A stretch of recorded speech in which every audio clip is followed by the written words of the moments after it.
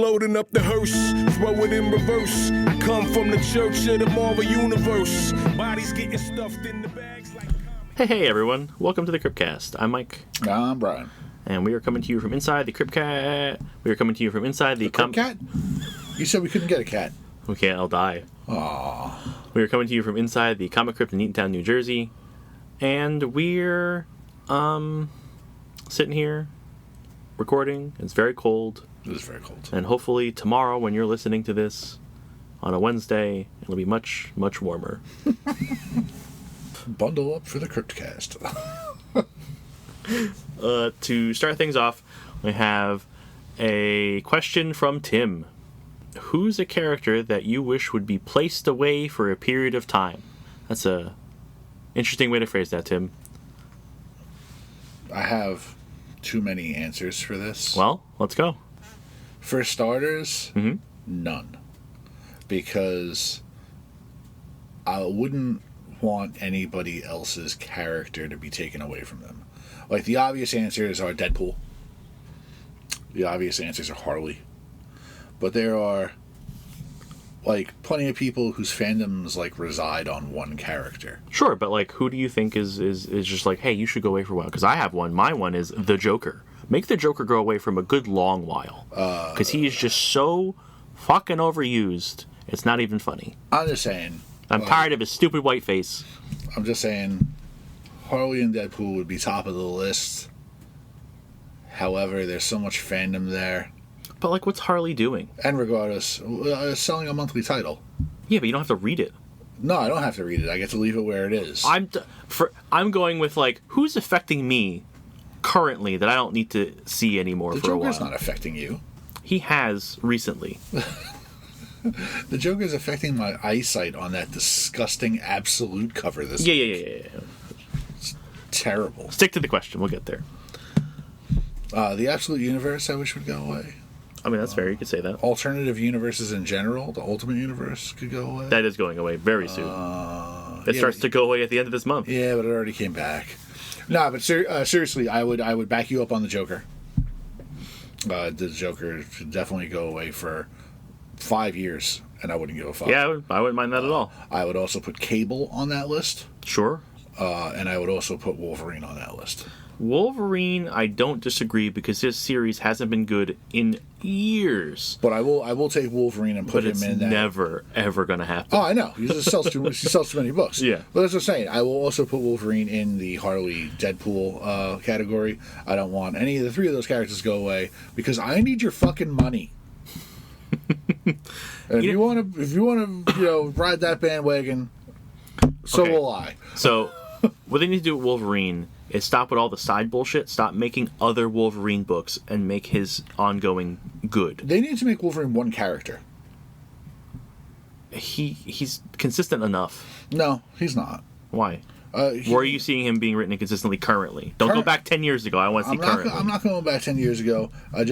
He can't have a love interest in his own book, and every time he's in the next book, get a hard-on for Jean. Kill the Jean shit. Just stop it. When's the last time he got hard for Jean? Krakoa. That's done. I know, but still. He hasn't mentioned the redhead in a while. Right, which is why he's not Wolverine. In X-Books, he's drowning his sorrows in a barn with children in Louisiana. That's nothing new for him. Yeah, it is. The setting is new. Him getting drunk around kids is not new. The arc that we're missing out of Uncanny right now is the fact that Wolverine is fucking crazy depressed. He is not out there being the best at what he is. And they should deal with it better. They should touch on it a little more. They should absolutely deal with it.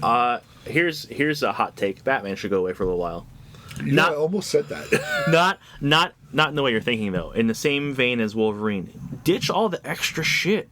Stop it. We don't need it. We don't need 8 to 10 Batman titles running simultaneously. Do Batman, do Detective, and have, like, a rotating mini. Way back when Tom King was writing Batman, I wanted Batman to go away. I wanted them to get married. Mm-hmm. And I wanted them to have a Mr. and Mrs. Smith thing. I wanted them to globetrot and do shit around the world together as a couple. That'd be cool. I wanted him to give Gotham to Dick and Damian to be Batman and Robin.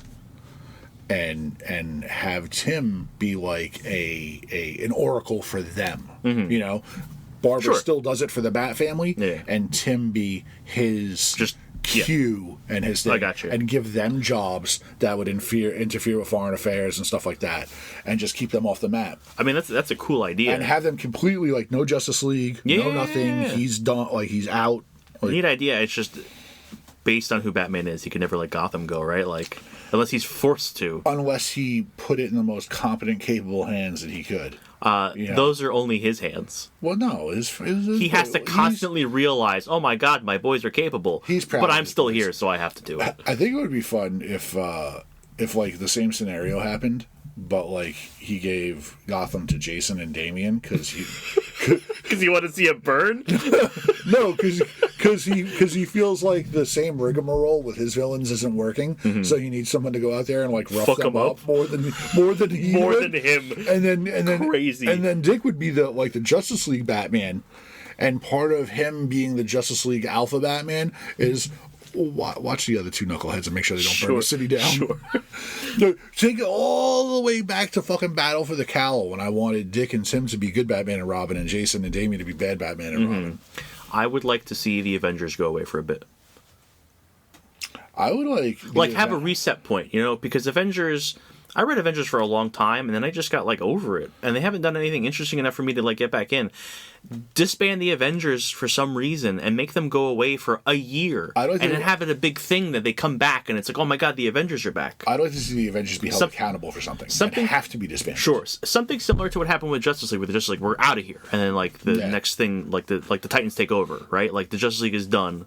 Doesn't exist, so the Titans have to take the thing. Have Avengers go away, and other people have to pick up the slack, and they can't be more Avengers. I'd like to see their golden ticket of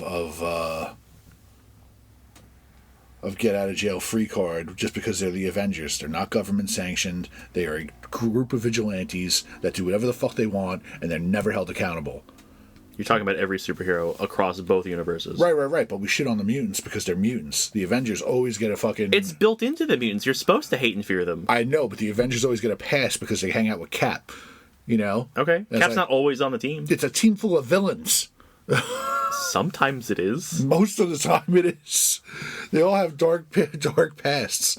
It would be nice if during It's called redemption. It'd be nice if during their heroics something fucked up happened, even if it's accidentally, and have them be held accountable, and that's why they're disbanded. I don't want to see. I don't need that. I do. Some other thing can happen. It could be internal conflict. Remember how good the Avengers were? They were hanging out in basements when they were fighting other Avengers.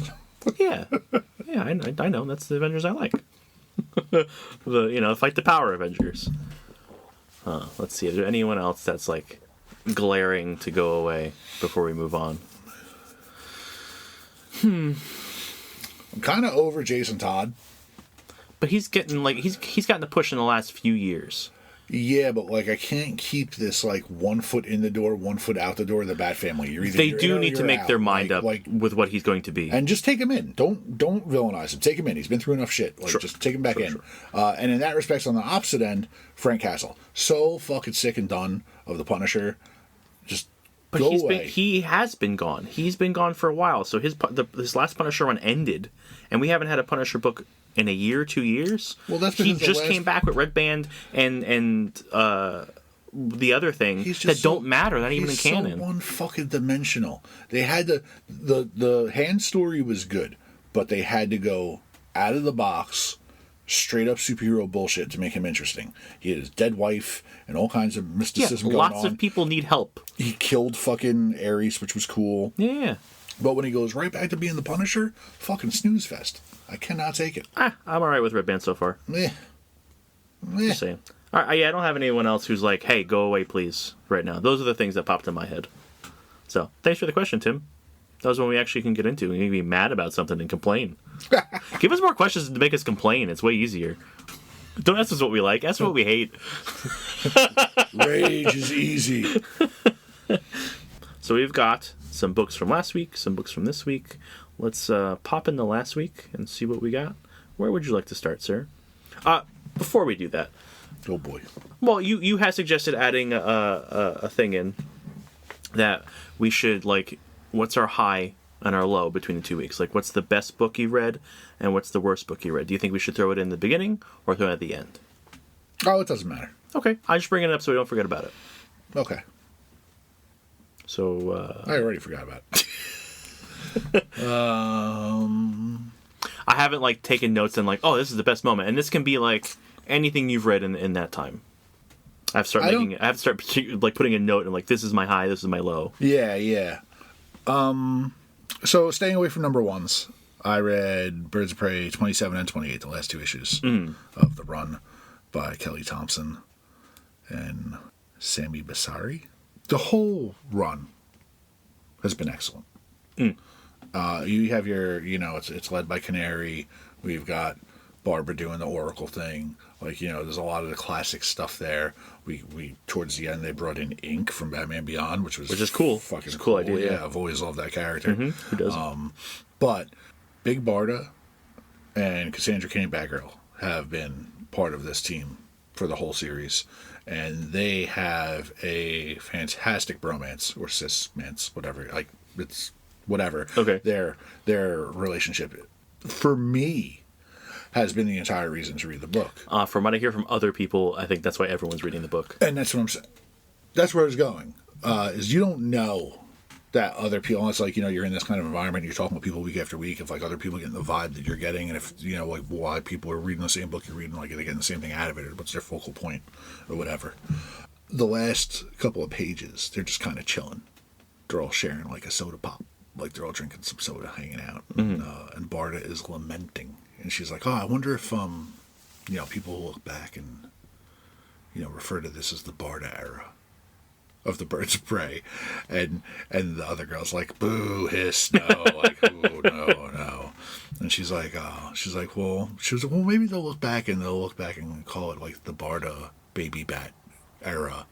And they're like, oh, okay, everyone approves. They're like, oh, okay, yeah, like that's cool. Like we approve of that. It can be the Barda Baby. Well, that just shows they're self-aware. Yeah, but of what people are going there for. But it was nice to see it in text on the page. It's like, oh, like other people. I guess this is a thing. Cool, because like this, I'm enjoying it, and this has been my big takeaway from it. And and they go off their separate ways a little bit at a time. Of course, it comes down to Canary and Barbara at the end saying their goodbyes to each other and why they're disbanding the team. But Barda and Cassandra walk off together, and it's like, ooh, spin-off. Hey, possible. I keep my fingers off of that spin-off. Absolutely, it could happen. I would love to see a Big Barda Baby Bat fastball special. You absolutely do that. Absolutely. Yeah. It looks so cool with Barbara, like Cassandra with the cape out, like sure. So that was a cool moment. I don't have a bad moment. I don't remember. Yeah, I can't think of something bad either. Yeah, I can't think of something I read last week that I was just like, oh, why? But Poison Ivy 39. Well, this is covering both weeks. What was last week? Poison Ivy 39 was also last week, and it was also a highlight for me.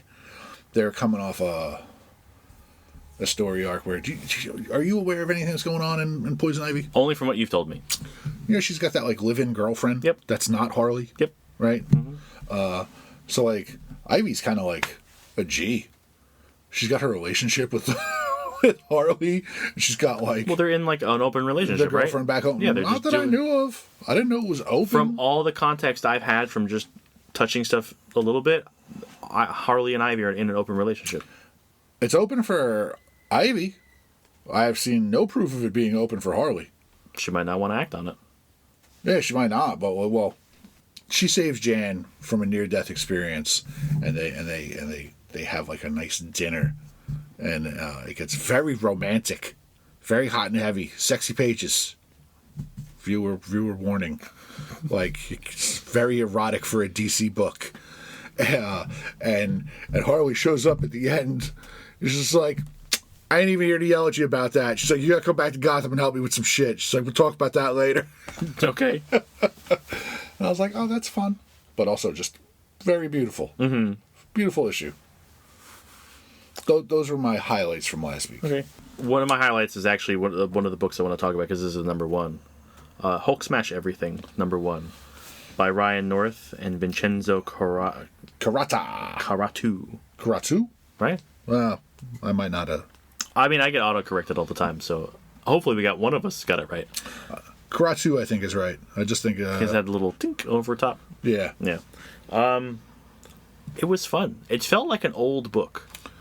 It had, but it didn't look like an old book. no. It had like plot wise and like stuff that happened to it. It felt like it fell out of the 70s in a good way.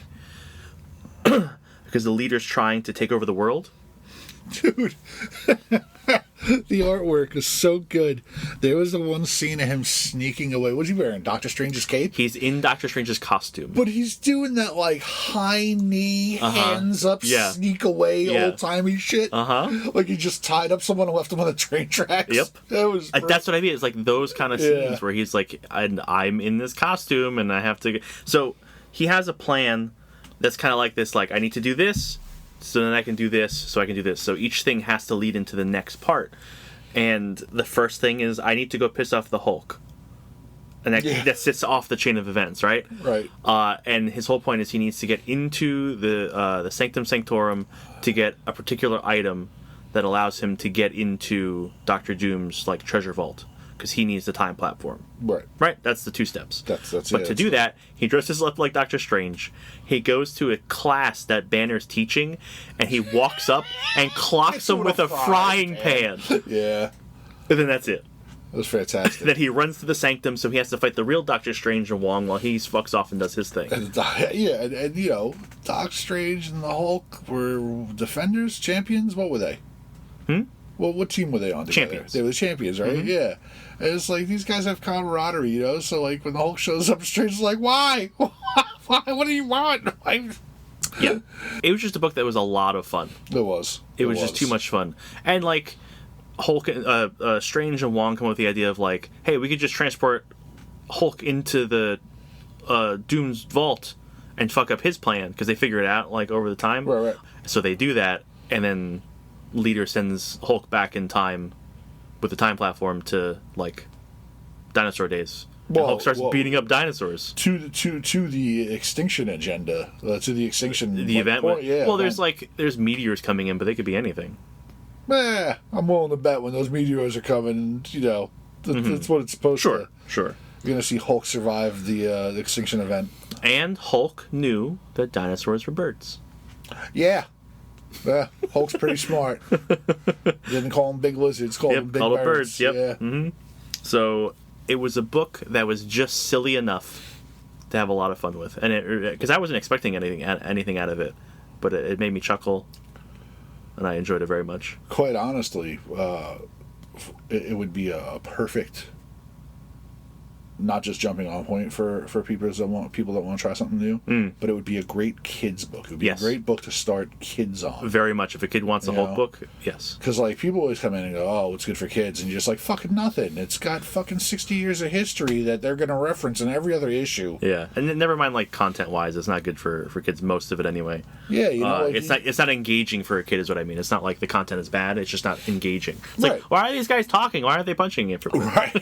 Right. So, yeah, so Hulk Smash Everything, I definitely recommend as a read, and as my highlight. Doctor Strange for the past 2 weeks. Also had a #1. Yeah, right. Well, not the past 2 weeks, because this week and that week, I think that's the best book that I've read so far.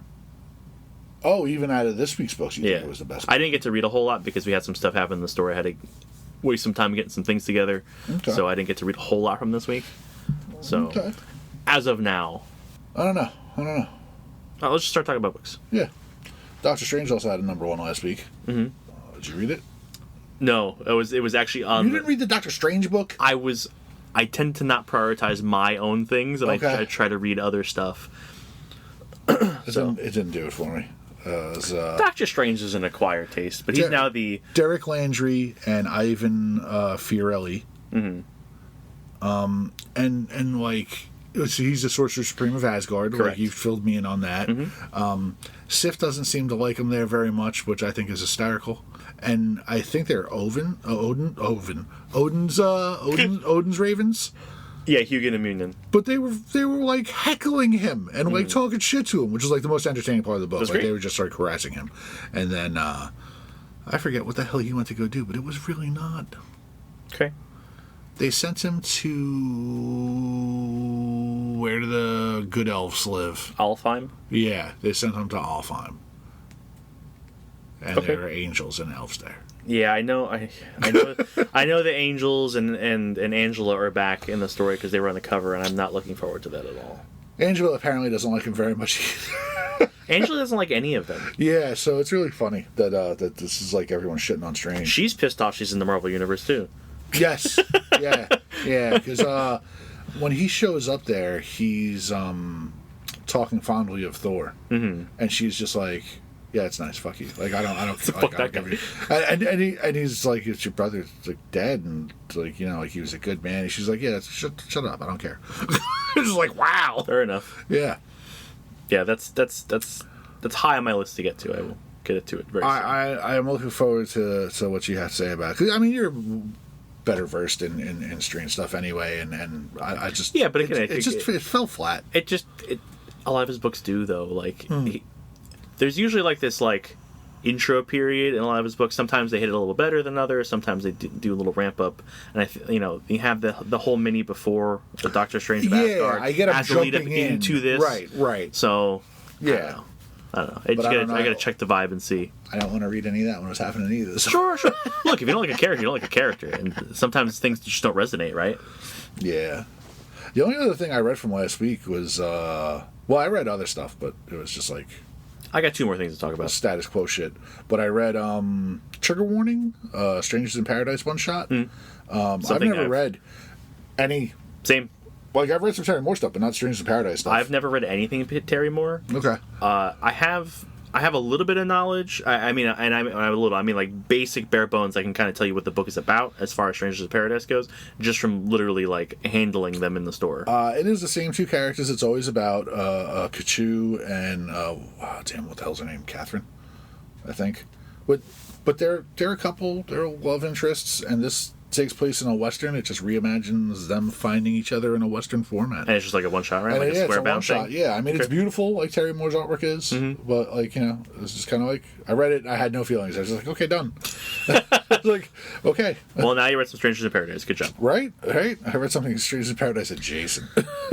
I read Wiccan, Witch's Road, #1. Oh, I did not want to read that at all. Wyatt Kennedy and Andy Pereira. It was just kind of meh.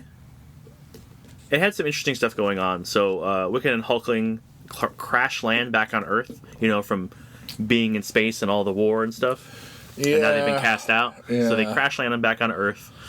Teddy is Hulkling. I'm just going to call them by their actual names. Teddy and Billy. Teddy and Billy. So Teddy is Hulkling, Billy is Wiccan. So Teddy gets really fucked up. Like, he's hurt, he can't walk.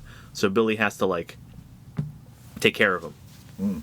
But Billy doesn't have his powers. Like, he's completely depowered, doesn't have no idea why. So he's dragging him through the woods, and then we learn a little background where Billy learned how to, like, camp and do some survival shit with Kate Bishop, because they went on, like, trips together. Just for funsies. They fight a monster in a village, and then from that village they get pointed to a witch, who's the mother of all witches. It's Baba Yaga. They go to her to try to find out why his powers aren't working, and if they can get any kind of help. And no, they can't get any help, because she, like, seals Teddy up in, like, wax or, like, something, so he's frozen. And she decapitates Billy, but he's still alive, because, magic.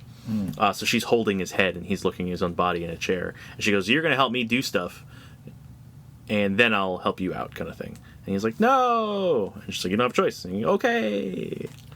I don't know. The Witch's Road thing is a dialogue and a theme that they use in the Agatha Harkness show, which also had Wiccan. A very poor rendition of Wiccan.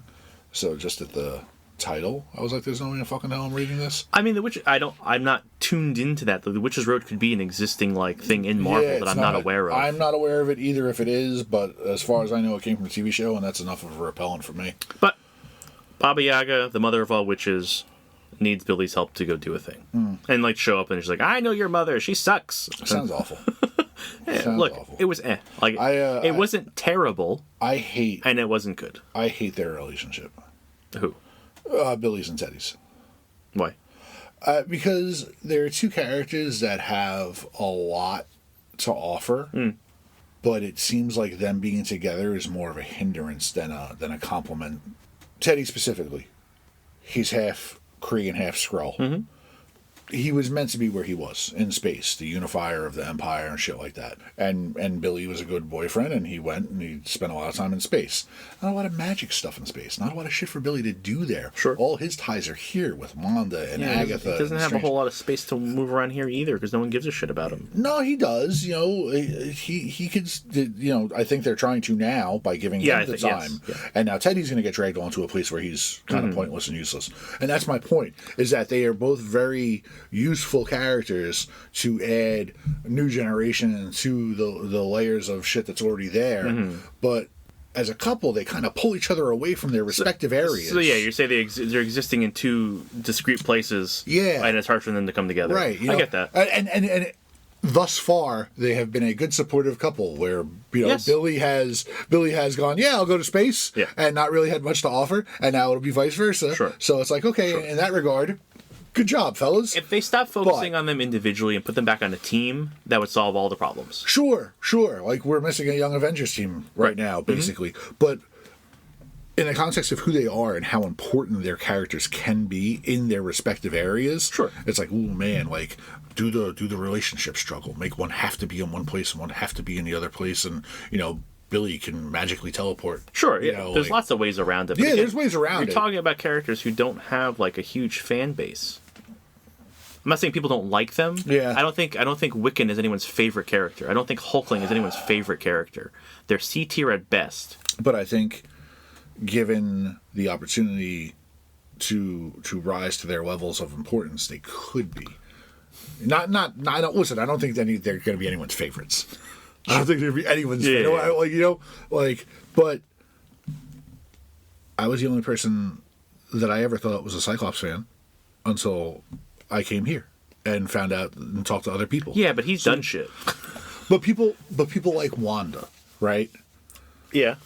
And through Wanda, people like other stuff. Like people think Wanda and Vision are great. Who the fuck thinks Vision's great? Vision is paste. Right, but that's paste on cardboard. But you're liking support characters, not actual characters. That's like saying I like Clea. It's like, yeah, Clea is a good support character for Strange. I don't like Clea. I like her in context of Strange.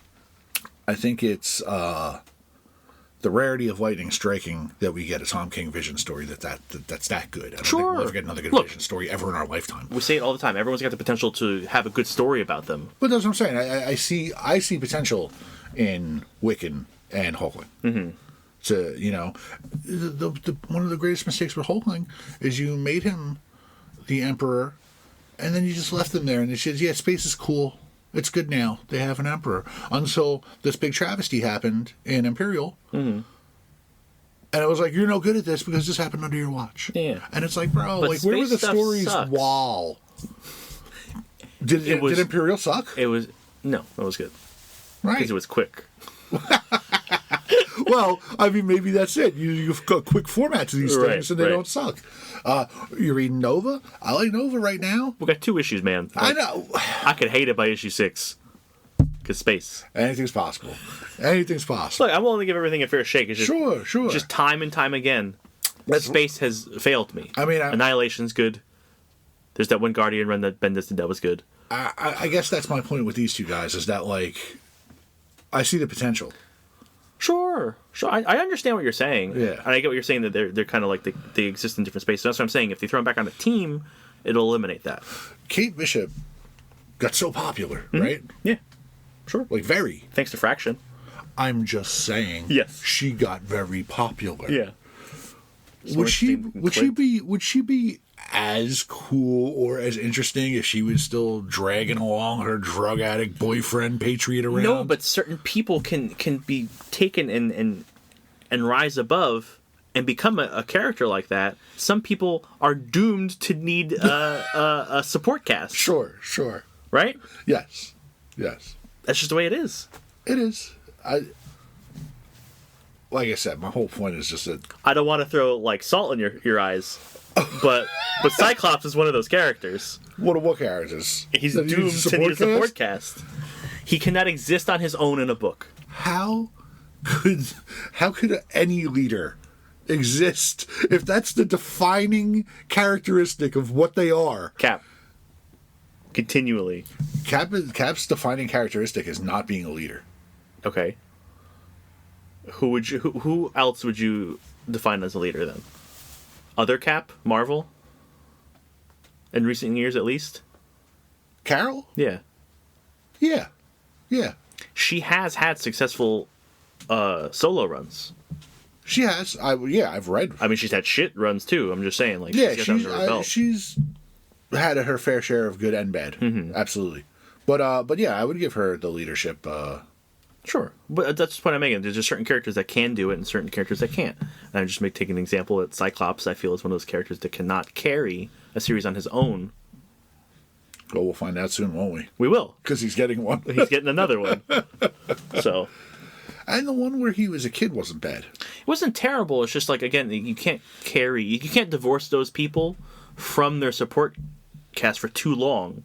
Otherwise, it just gets kind of... Yeah. You know? Which was definitely the case with that run, too. Mm-hmm. Because, I mean, while... If you go back and you look at the circumstances, because Scott, that's back when they were time displaced. Yeah. And he's like, fuck it, I'm going to go to space with my dad, because, like, I'm 16 and I can have a relationship with my dad, so I'm going to go do that. Oh, my deck sucks. Yeah, and then I'm going to go to space and find out my dad's this crappy-ass space pirate. So, But, yeah. What else do I got? Last book from last week is Ultimate Universe 2 years in one shot by Thanks. Denise Camp and Alex Packnadel and various artists throughout the book. I don't care.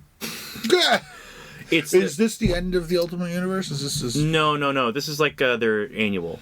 Because they had it's like a 1 year in. They had the 1 year in check-in. Right. It was the second year in check-in. And it was going around the Guardians of the Galaxy, but from like far in the future. Oh, yeah, and they're all with super weird. And... It's not Mystique. It's Captain some other Marvel. blue She's person? she's a Kree. That's Captain Marvel. Oh, okay. There's a dude, Ultimate Nullifier, who looks like Star-Lord kinda, or like a Marvel. He's got like the white hair. Star-Lord's the weird dude with all the tattoos. I'd be very mad if I found Cosmo's there. I'd be very mad if I found out I was named after one of Reed's inventions. But his power is You're the Ultimate Nullifier. He's pretty cool. Why don't you just name me Herbie? So he has a gun that anything that he can understand, he can erase. Okay. So if he can understand it thoroughly, he could just erase it from existence. There's actually a point in the book which is actually pretty cool because this weird existential thing's going on because they're failing horribly in what they're doing, and he's out in space. He's like, all right, I've been studying time, and I think I know what's up, and he's going to erase the universe. The Insane Clown Posse couldn't erase magnets. They're hard to understand. How did it work? But he understood the timeline in a way that would allow him to erase it. So he was out in space and he's like, I'm going to destroy it all. Go. Yeah, and he has a moment like he's just like looking into the abyss. He's like, all right, I'm going to kill everyone. Make it because it's the time altered thing that the Maker did. Drastic. Yeah, that was the best part of the issue. The rest of it is just them traveling through time, trying to gather up all their time-displaced Guardian friends. They introduce Ultron 8-2, Ultron 8-2, yeah. I think that's what it is. Yeah, U-8-2, right? And then she's back in time watching the timeline to understand it, and they come back and blah, blah, blah, blah, blah, and it turns out she's Uatu because people started to worship her and they did her name and she was just watching everything. So that's Uatu. Okay. She's a watcher. It's just a weird shit. They introduced Multiple Man, I saw that. but he's a cosmic character. And he's a man made up of a bunch of tiny little men. Is he really? Yeah. Is it still Jamie? Because they called him the Madrox. He's the Madrox. He's not Jamie. Okay, he's the Madrox. He's the Madrox. Okay. Yeah. So if enough of the little things die, I don't even know if he's organic. He might be like a robot. I don't know. But it's a bunch of little tiny, like, itty-bitty men that make up the whole. And if enough of them die, he stops being sentient. So I don't actually know, like, his powers are. Oh, shit. Other than being made of tiny men. Tiny man. Ultimately, I don't give a shit. It did nothing for the story. I don't care. They should blow him up and then it could be raining men. Hallelujah. What do you got from this week? This week, our Soot Stained Heart by Mad Cave, written by Johnny Haig and Stipend Morian. Stipend Morian. And drawn by Stipen Morian. It's a steampunk Christmas story. It has a really cool concept. Yeah. I like the idea behind it. It's a shitty world. Oh, it's super shitty. It's a super shitty world where being bad is encouraged. It's the norm, yeah. It's the norm. You have to meet your quota. Yeah, you have to meet your quota of being bad, and you want coal. Mm-hmm.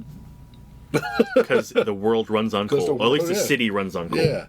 The city's called Coalition. It's got coal in the name. Coalition. Yep. The main character is Margaret Stones. Peggy. She has too many names. Peggy. I know. They call her Peggy, and they also call her Stones. Mm-hmm. But her full name's Margaret Stones. Like they called her Stone in the quarry, where they were mining for coal. Yep. And she's Peggy. That's what she likes to be called. Mm-hmm. The bad guy giving off Jack Frost vibes. Cold miser. Yeah, it's the first thing that popped in my head. But like on steroids. Yeah.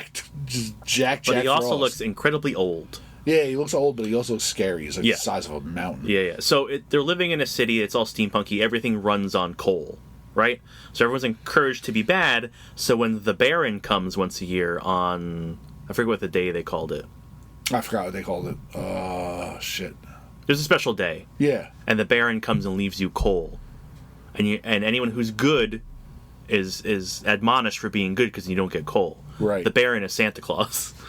And Peggy is like the goodest. She's good. She's a good girl, so Yeah. she's being outcast. Yeah, she's put on a train to go sent away. Yeah. No good people in the city. But the foreman or whatever the fuck the guy is, the cold guy, it's dead of winter. Everyone's freezing, and he's walking around. He's blue. He's got no shirt on. Yeah. At all, Yeah. ever. Not very professional, considering his position. Right. Go to town hall and Megan's got no shirt on.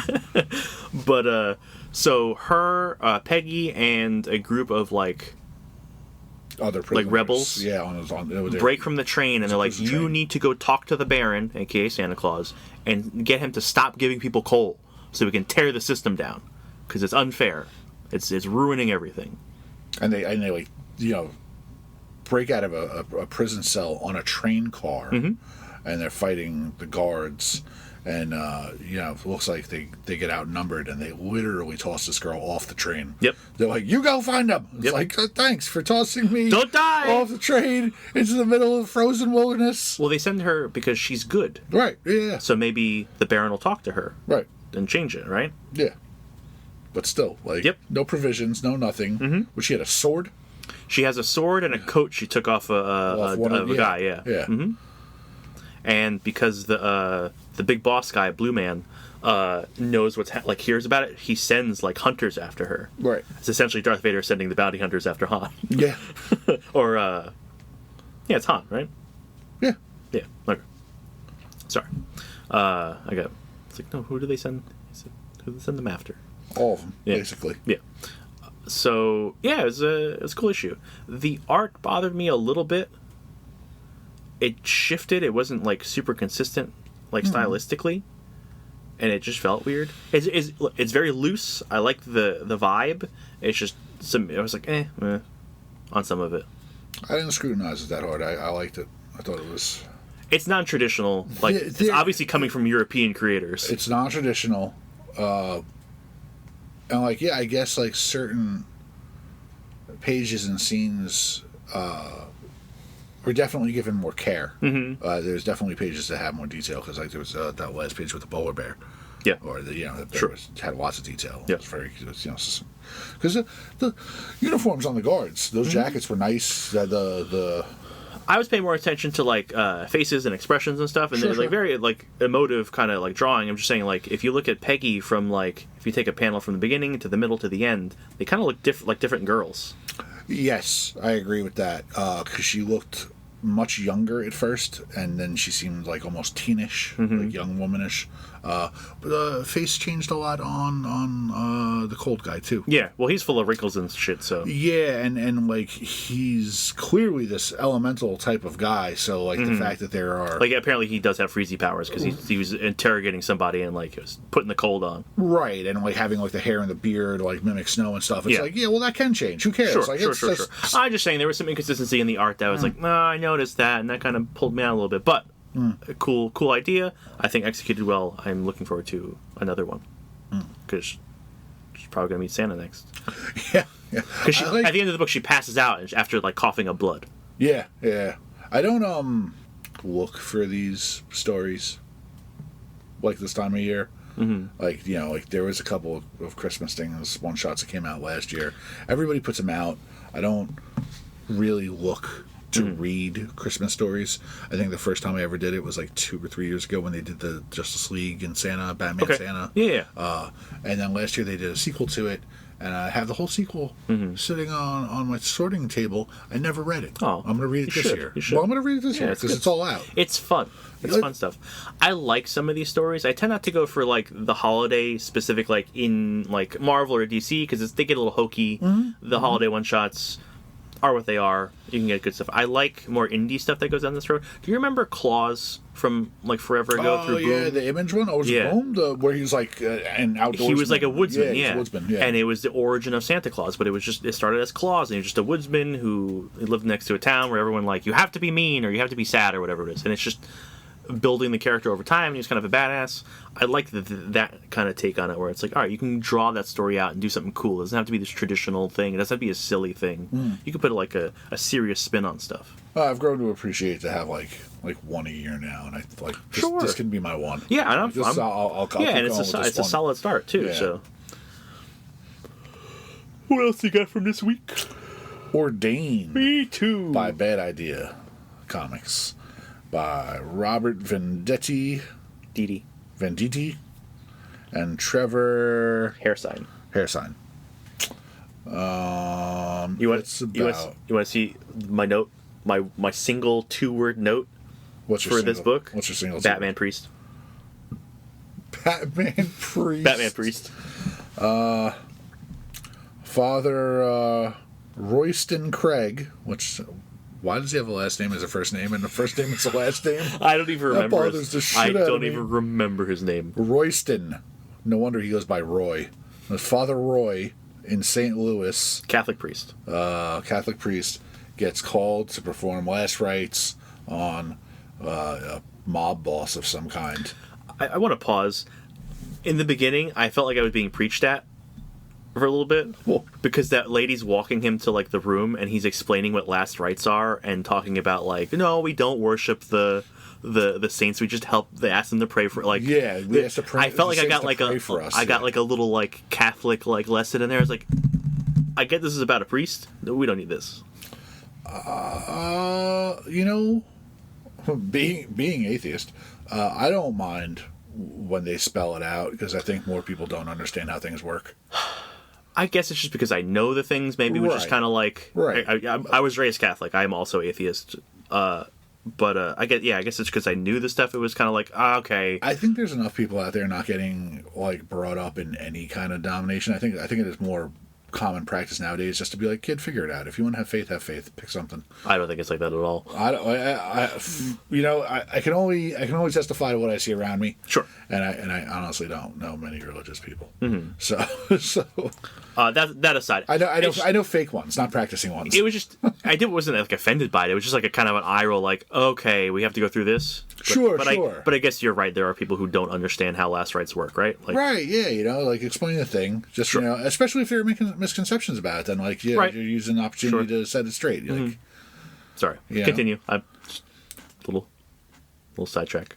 Well, again, he said they asked the saints to pray for them, and that's not what I know. What I know is you pray to saints for specific things. Yeah, for help. Yeah. Yeah. But each saint has a specialty. Yeah. Like St. Jude is a saint of lost causes. Mm-hmm. So if you're going to go pray for a schmuck who you have no fun... If Catholicism has to maintain being a monotheism, there can only be God, right? You're not supposed to pray to anything else because that's idol worship. Sure, so you have to sure. justify it in some way. Comic books is false idol worship. No, it's not. Sure it is. I've never prayed to a comic book. Yeah, Have you ever well- prayed to Batman? You have little effigies of them in your house, little monuments. Yeah, that's not. I'm not Statues. doing it in a worshipful manner. Do you have any Jesus statues in your house? Yeah, no, I don't have a statue. I have an action figure. Do you have a Magneto statue in your house? Yes.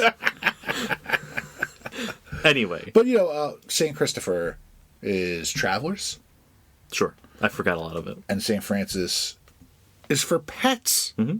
Like they're like Catholicism has a lot of rules, and a lot of Yes. just you don't bother Jesus and God with the little shit. Sure. You save them for when you're dying. When your cat's dying, St. Francis can pick up the phone. He's there for you. Anyway, what do you think happened? Because the priest goes and performs last rites on this mob boss guy who is fucking dying. He's dying that day. Doctor said we'll not see another sunrise. Irish mob, by the way, just to differentiate, because they're different mobs. Well, we're dealing with Catholics, so Irish mob. Italian mob is also Catholic. Yeah, it's a priest. He's Irish. He's just, Italian priest. He's a priest. He's Irish. What? Have you ever seen an Italian priest? Of course I have. We're from Brooklyn. One of the main priests growing up, going to church for me, Indian guy. Indian? Yeah. Really? Rough accent. No. All we had was Italians. Rough accent. All we had was Italians. It was not an easy listen on for those Sunday sermons. Yeah. It wasn't the whole time. It was probably about like a year or two. So the Holy Trinity, the Father, the Son, the cow. He was a real priest. He wasn't blaspheming. Come on. No, I know. But yeah, he performs the last rites, and the mob boss the next day is up and at him in his suit. What do you think happened? Body of Christ. Duh. Man, those Christ crackers, they really work. Yeah, they show the process of the last rites. You go through like the prayer. Yeah, he ate the Eucharist. He gets the blessing. Yep. He gets the shit on the forehead. He gets the Eucharist, and he does the whole thing. Mm-hmm. And then he's right next day. All right. Yeah. All right. But even the doctor's like, hey, like you're looking good, but we want to keep you here for like 2 weeks just to like watch you just in case. No, it was 2 days. 48 hours. But yeah, okay, it was 48 hours. Yeah.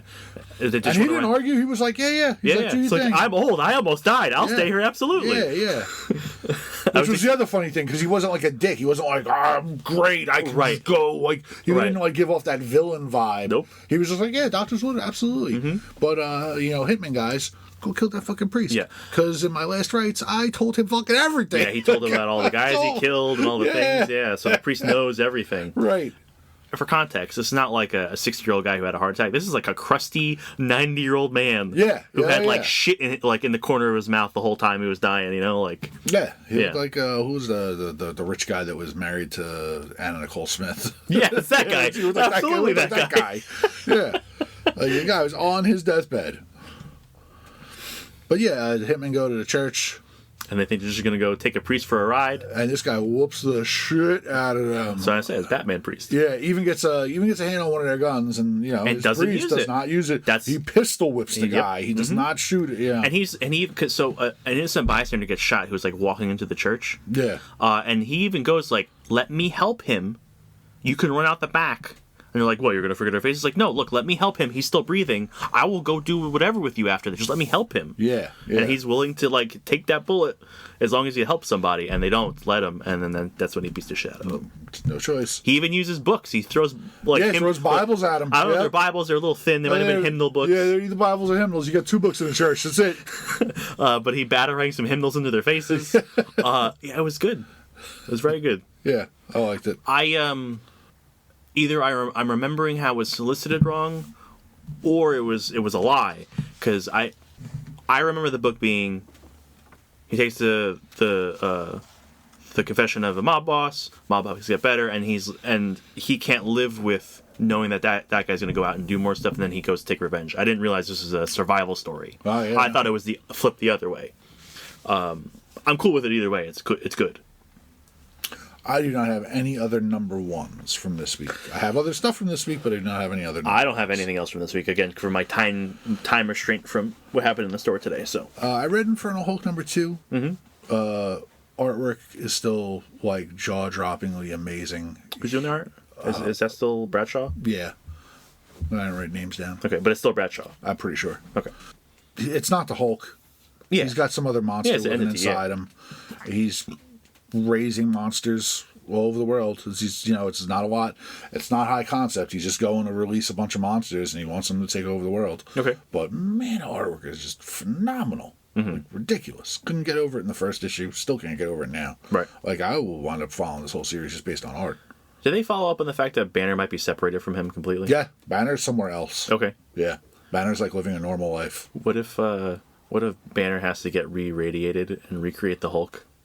Oh, God, no. Right? He has to be like, all right, I'm going to give up everything I have to become the Hulk again so I can go beat the shit out of this guy. That's a trope I don't like, to be honest. Yeah.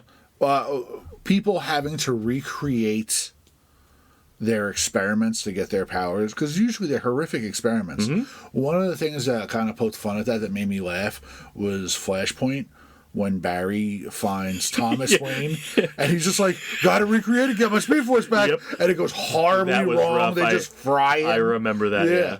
They're like, well, now you're gonna get struck by lightning with all these chemicals thrown on you. No. And that's it. It's a freak accident. These things happen one in a million chance. Chance occurrence. Right. And that's, yeah. So, all right. Like, I wouldn't be thrilled about that. Mm-hmm. As a thing that gave me a chuckle. Ultimate Spider-Man number 23.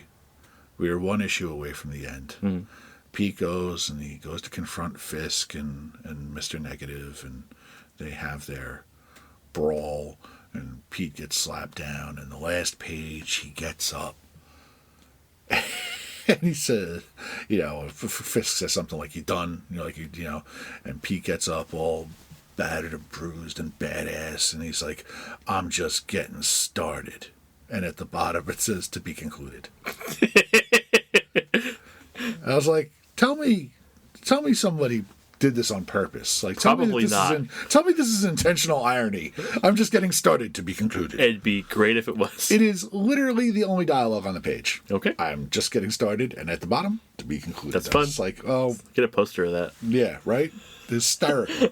No, you're not. Shut up. And the only other thing I have, I don't want to talk about. All right. Absolute Batman number 15. It's just vomit in comics. It's just garbage. Like, the Joker design is garbage. It is so full of this in-depth history of what the Joker might be. Is it just an origin thing for him? Yeah, it's an origin thing, but Alfred is basically telling Bruce all that he knows. Mm-hmm. And Bruce goes, "What do you believe?" And then he's like, "Well, I know all this." And Bruce goes, "That's cool. What do you believe?" Mm-hmm. And he's like, "Well, I know all this." And then Bruce goes, "That's cool. What do you believe?" And then he's like, "Oh, yeah, he's just a sick monster." He's like, "I don't believe any of that origin shit." Because it's a Jack Grimm. Jack Grimm, the 1st through the 4th or the 5th. Like, it's a family name. Okay. And it, and it's like, and it's all the same guy. He doesn't die. It's just him fucking blah, blah, blah. Or they have died, and it's ancestral. He's like, "But I don't believe any of it. It's just a fucking demon, and that's all aliases." And it's like, it's okay. Yeah. And then you've seen the cover. He just looks like dog shit. Yeah, it's not a good look. Yeah. All right. Okay. I could not be more underwhelmed. All right. 15 issues presenting the greatest villain that Batman has to offer, and you just made him more annoying than the regular version. Like, well, I haven't read it, so I can't say anything. The first one's origins are so crazy ambiguous and unknown. We have to make this one even more unknown. We'll just put more lore that it could be. No, thank you. No, thank you. All right. Well, we'll just put that aside. Next time, we're going to be going over Volume 1 of Grimm. The Stephanie Phillips book? Yep. Through Boom, about Grim Reapers. Pretty fun. Yep. Good stuff. Thanks for listening. We appreciate it. Thanks for the question, Tim. If you would like to send us some questions, which would be greatly appreciated, you can send us questions about comics. You can send us questions about movies. You can send us questions about us. You can send us questions about anything. Whatever you want. We'll talk about it. You could send us those questions to thecomiccryptcast@gmail.com. You can also send us suggestions for future book reviews. We're flailing here. We're just trying to come up with stuff. Get meta. Make us wax philosophical. You can follow the store on Instagram and Facebook, and links for those will be in the show notes. Go read your books.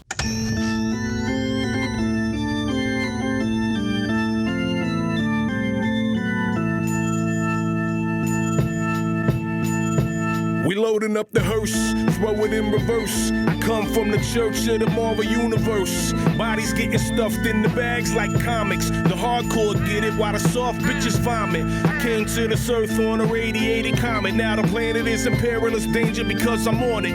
Fly super villain with the superpowers in me. Got the red issues and all my shit is minty. Body like Ben Grimm, suckers I be beating down. Look around and we be found chilling out in Eatontown. I be at the comic crypt stacking up the kryptonite. Doomsday and Superman every time I grip the mic. Dark Phoenix overloading, supernova sunspot exploding. I'm the Punisher reloading Bobby Drake when he's frozen. Storm forming ominous clouds over the ocean. Working with Professor X to master my emotion. Have you posing in the box whether you know it or not. I'll easily bag your bitch like Logan did to Scott. Mr. Sinister plots when I administer shots to clone Gene from a jeans. Then this shit'll get hot like Inferno. Burn slow, humans are ash. God loves man kills in the days of future past. Now I'm working on a science lesson. Me and Brian Stratton, a rat in a cage who can't stop buying X-Men. Like a flower